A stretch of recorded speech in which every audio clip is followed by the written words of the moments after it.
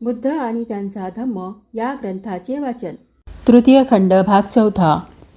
धर्मपुस्तके प्रमादातीत म्हणजे अचूक आहेत असे मानणे हा धर्म नव्हे. वेद हे केवळ पवित्र आहेत एवढेच नव्हे तर ते स्वयंप्रमाणित अंतिम आणि त्यांच्या अधिकारास कोणीही आवाहन करू शकत नाही असे ब्राह्मण उद्घोष करीत होते. वेद हे केवळ स्वयंप्रमाणित आहेत एवढेच नव्हे तर ते अचूक आहेत असे ब्राह्मण म्हणत. ब्राह्मणांच्या त्या मुद्द्याला तथागत बुद्धांचा विरोध होता. वेद पवित्र आहेत, स्वयंप्रमाणित आहेत आणि वेद अचूक आहेत या तीनही गोष्टी तथागत बुद्धांनी नाकारल्या होत्या. तथागतांप्रमाणे भूमिका पुष्कळ धर्मोपदेशकांनी घेतली होती. तथापि आपल्या तात्विक दर्शनाला ब्राह्मणांकडून संमती आणि सन्मान मिळावा यासाठी त्यांनी पुढे वेदविरोधी भूमिकेचा त्याग केला. परंतु तथागत बुद्धांनी या बाबतीत कधीच पाऊल मागे घेतले नाही. तेविज्य स्तुतामध्ये तथागत बुद्धांनी वेद म्हणजे एक निर्जल वाळवंट, निष्पद अरण्य आणि खरोखर एक संपूर्ण विनाशकारी आहे असेच म्हटले आहे. बौद्धिक आणि नैतिक ज्ञानलालसेपोटी कोणाही मनुष्याने वेदापासून आपल्या ज्ञानलालसेचे शमन होईल अशी अपेक्षा करणे व्यर्थ आहे. वेद प्रमादातीत आहेत. यासंबंधी तथागतांचे म्हणणे असे की वेदच काय, कोणतेही वाङ्मय प्रमादातीत नाही. प्रत्येक गोष्टीची परीक्षा आणि पुन्हा परीक्षा ही झालीच पाहिजे. कालामाना दिलेल्या धम्मोपदेशात तथागत बुद्धांनी हे मत स्पष्ट केले आहे. एकदा एका मोठ्या भिक्खू संघासमवेत कौशल जनपदातून जात असता तथागत बुद्ध कालामांच्या केससुत्त या नगरात आले. जेव्हा कालामांना तथागत बुद्धाच्या आगमनाची वार्ता मिळाली तेव्हा ते तथागतांजवळ गेले आणि तथागताच्या बाजूला बसून केससुत्त गावाच्या कालामांनी तथागतांना उद्देशून म्हटले. तथागत, केससुत्त गावी येणारे काही श्रमण ब्राह्मण आपापली मते मांडतात आणि ती सर्वश्रेष्ठ आहेत असा दावा सांगतात. ते दुसऱ्याच्या मताचे खंडन करतात. त्यांचे मत हीन मत आहे अशी त्यांची संभावना करतात. त्याप्रमाणे दुसरेही श्रमण ब्राह्मण केससुत्ताला येतात, आपापल्या धर्मसमजुतीचे प्रवचन करतात, त्यांचा महिमा गातात, परंतु त्याचबरोबर ते दुसऱ्यांच्या धर्मसमजुतीचे खंडन आणि निर्भत्सना करतात. आणि म्हणून तथागत त्या श्रमण ब्राह्मणांपैकी कोणाचे सत्य मानायचे व कोणाचे असत्य मानायचे हे आम्हाला समजत नाही. त्यामुळे आमचे मत अनिश्चित आणि शंकाधीन झाले आहे. तथागतांनी उत्तर दिले, तुमच्या मनात अनिश्चितता आणि शंका उद्भवावी याला योग्य कारण झाले आहे आणि ही अनिश्चितता आणि शंका खरोखरच तुमच्या मनात योग्य वेळीच उत्पन्न झाली आहे. तथागत पुढे म्हणाले, हे कलामांनो, तुम्ही जे काही ऐकता त्यावर विश्वास ठेवू नका. जे केवळ पुष्कळ लोक सांगतात म्हणून त्यावर विश्वास ठेवू नका. जे केवळ धर्मपुस्तकात लिहिलेले आहे म्हणून त्यावर विश्वास ठेवू नका. जे केवळ तर्कशास्त्रानुसार आहे म्हणून ते मानू नका. जे केवळ न्यायशास्त्रानुसार आहे म्हणून ते मानू नका. जे केवळ सकृदर्शनी पटण्यासारखे आहे म्हणून त्यावर विश्वास ठेवू नका. ज्या समजुती आणि मते अनुकूल वाटतात म्हणून त्यावर विश्वास ठेवू नका. जे केवळ वरकरणी खऱ्यासारखे दिसते तेच केवळ सत्य मानून त्यावर विश्वास ठेवू नका.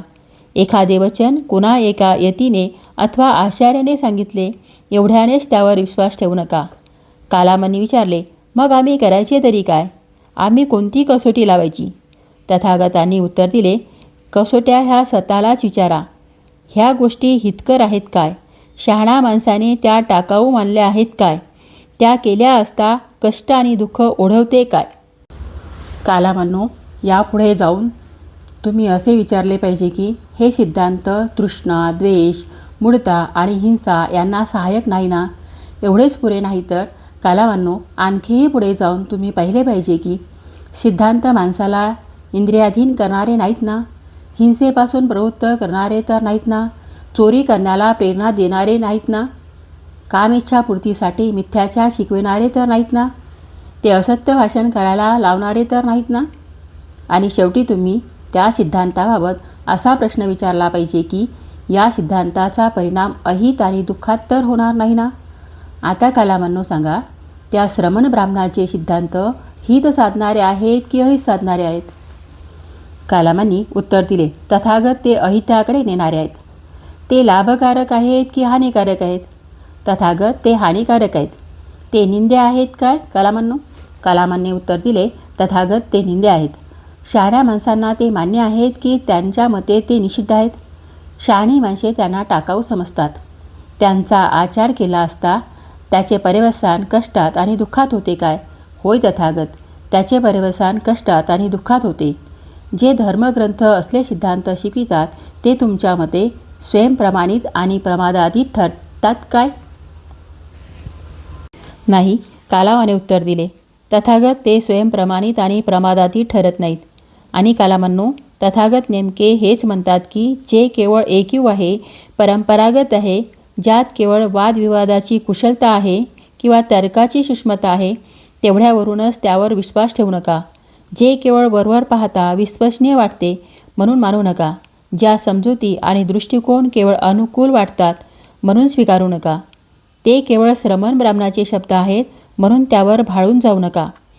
जेव्हा तुम्हाला स्वानुभवाने वाटेल की ह्या गोष्टी अहितकर, दोषार्ह, सुज्ञाने निषिद्ध ठरविलेल्या आणि परिणामी कष्टात आणि दुःखात नेणाऱ्या आहेत, तेव्हा त्या गोष्टीचा तुम्ही त्याग केला पाहिजे. तथागत, फार छान, फार छान. आम्ही तथागत आणि त्यांच्या धर्माला शरण आलो आहोत. आपले उपासक म्हणून तथागत आमचा स्वीकार करावा. आजपासून आमरण आम्ही तथागतांना शरण आलो आहोत. तथागत बुद्धाच्या या विचारसरणीचा सारांश अगदी स्पष्ट आहे. कोणाचीही शिकवण ती अधिकारी आहे म्हणून स्वीकारू नका.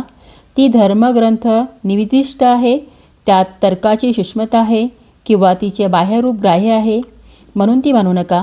उपदेशिलेले विचार किंवा दृष्टिकोन अनुकूल वाटतात, ते बाहेरून सत्यस्वरूप दिसतात किंवा ते कोणा महान आचार्याचे आहेत म्हणून त्यावर विश्वास ठेवू नका. उपदेशिलेले विचार किंवा दृष्टिकोन हितकारक आहेत की निंदनीय आहेत, सदोष आहेत की काय, ते कल्याणकारक आहेत की अकल्याणकारक आहेत याचा विचार करा. या कसोटीवर उतरणारा कोणाचाही उपदेश मान्य करावयास हरकत नाही.